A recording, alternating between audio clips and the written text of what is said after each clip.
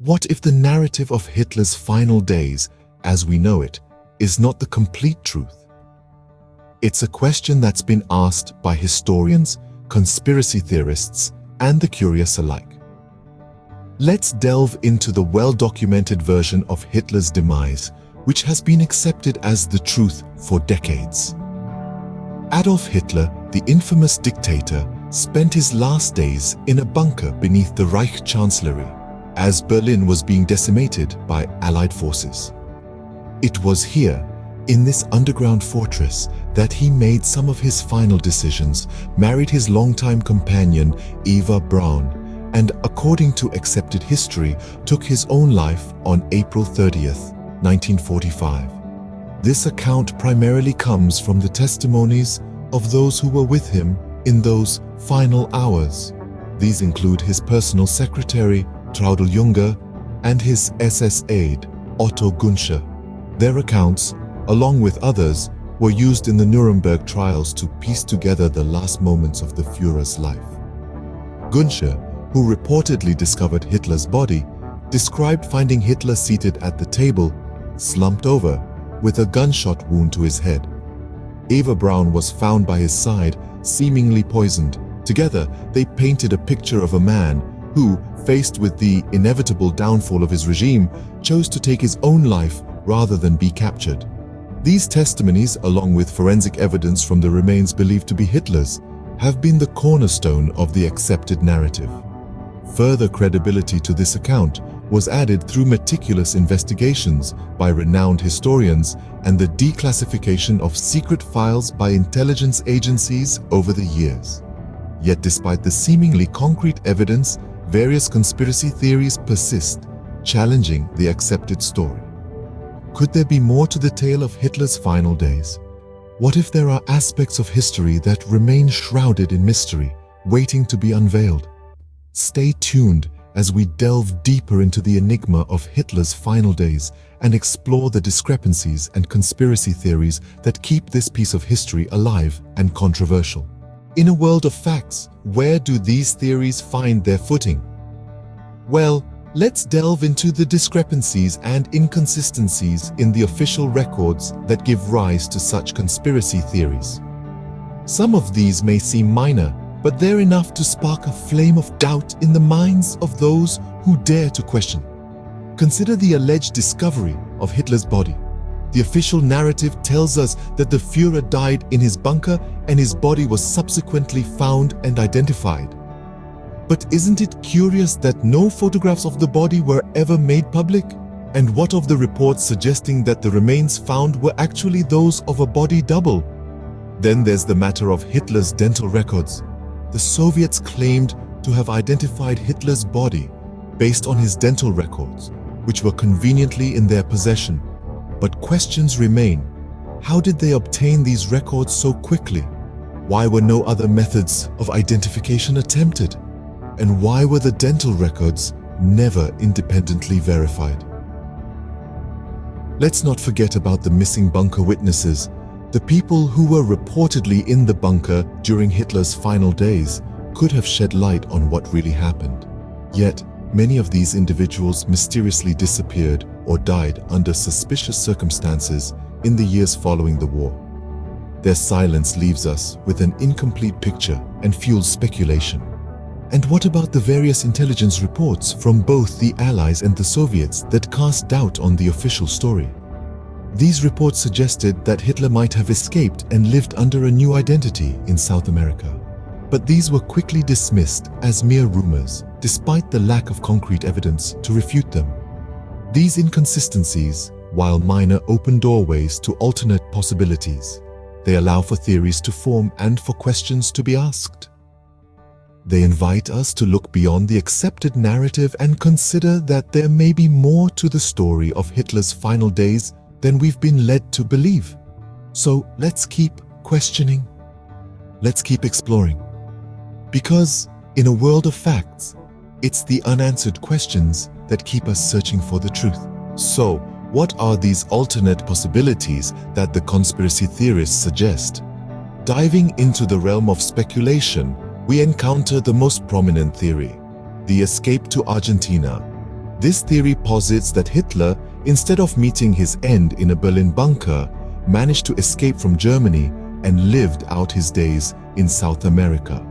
Supporters of this theory point to sightings of Hitler in Argentina post-World War II, as well as declassified FBI documents that detail investigations into these sightings. However, these investigations never yielded definitive proof of Hitler's presence in Argentina, and skeptics argue that the sightings were likely cases of mistaken identity. Then, there's the Antarctic escape theory. This one's a little more out there, even for conspiracy theorists. It suggests that Hitler fled to a secret Nazi base in Antarctica, of all places. The theory is backed by the fact that the Nazis did explore Antarctica in the late 1930s, but there's no concrete evidence that a base was ever established, let alone that Hitler escaped there. Still, the theory persists, fueled by a fascination with the unexplored and unknown. The body double theory is another popular one. According to this theory, it wasn't Hitler who died in the bunker, but a look-alike. The real Hitler, meanwhile, made his escape. Supporters of this theory point to discrepancies in descriptions of Hitler's corpse and the lack of a public display of the body. However, skeptics counter that these discrepancies can be explained by the condition of the body when it was found and the chaos of the war's final days. Finally, we come to the theory of Soviet involvement. Some conspiracy theorists believe that the Soviets, who were the first to reach the bunker, fabricated the story of Hitler's suicide to cover up what really happened. They suggest that the Soviets may have captured Hitler alive, or that they found his body and wanted to control the narrative of his death. While it's true that the Soviets were secretive about what they found in the bunker, there's no solid evidence to support these claims. These theories, as wild as they may seem, have been perpetuated by a combination of unanswered questions, questionable evidence, and the human tendency to seek out complex explanations for significant events. They've been kept alive by books, documentaries, and internet forums, where believers and skeptics alike debate the facts and speculate on the unknowns.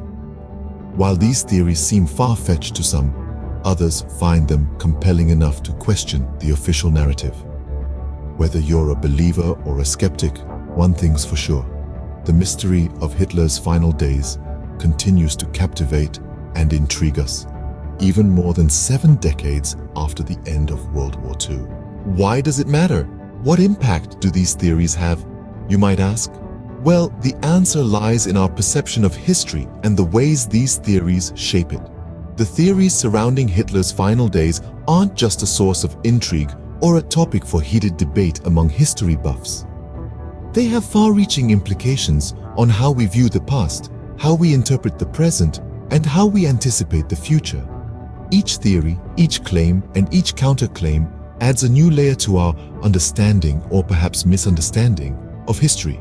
These theories can sometimes serve political or ideological agendas, subtly influencing our worldview. They can be used as tools to rewrite history, to glorify or vilify figures and events, and to manipulate public sentiment. They can create a culture of skepticism, where fact and fiction become indistinguishable and truth is lost in the maze of conflicting narratives. In essence, these theories, while fascinating, can often distort our understanding of history. They can cloud the truth with a shroud of uncertainty, making it difficult to distinguish fact from fiction. They can lead us astray, making us question established facts and accept unverifiable claims. So the next time you come across a theory about Hitler's final days, or any conspiracy theory for that matter, remember to approach it with a critical mind. Question its sources, scrutinize its validity, and consider its implications. Conspiracy theories, while fascinating, can often distort our understanding of history. As we delve deeper into the mystery of Hitler's final days, more questions arise than answers. We've journeyed through the Enigma, dissecting the discrepancies and exploring the conspiracy theories that surround this pivotal moment in history. The official narrative points towards a tragic end in a bunker, yet alternative theories suggest an escape to South America or even a secret Russian capture. Each theory, each discrepancy, each piece of evidence adds another layer to this complex puzzle. We've seen the impact these theories have had, shaping our understanding of history and the world we live in. But the truth? It remains elusive, hidden behind a veil of uncertainty. This is not just about Hitler's final days. It's a reminder of the importance of critical thinking, of questioning the narratives we're presented with. It's about understanding that history is often a tapestry woven from multiple threads, not all of them visible at first glance. So, we invite you to embark on your own journey.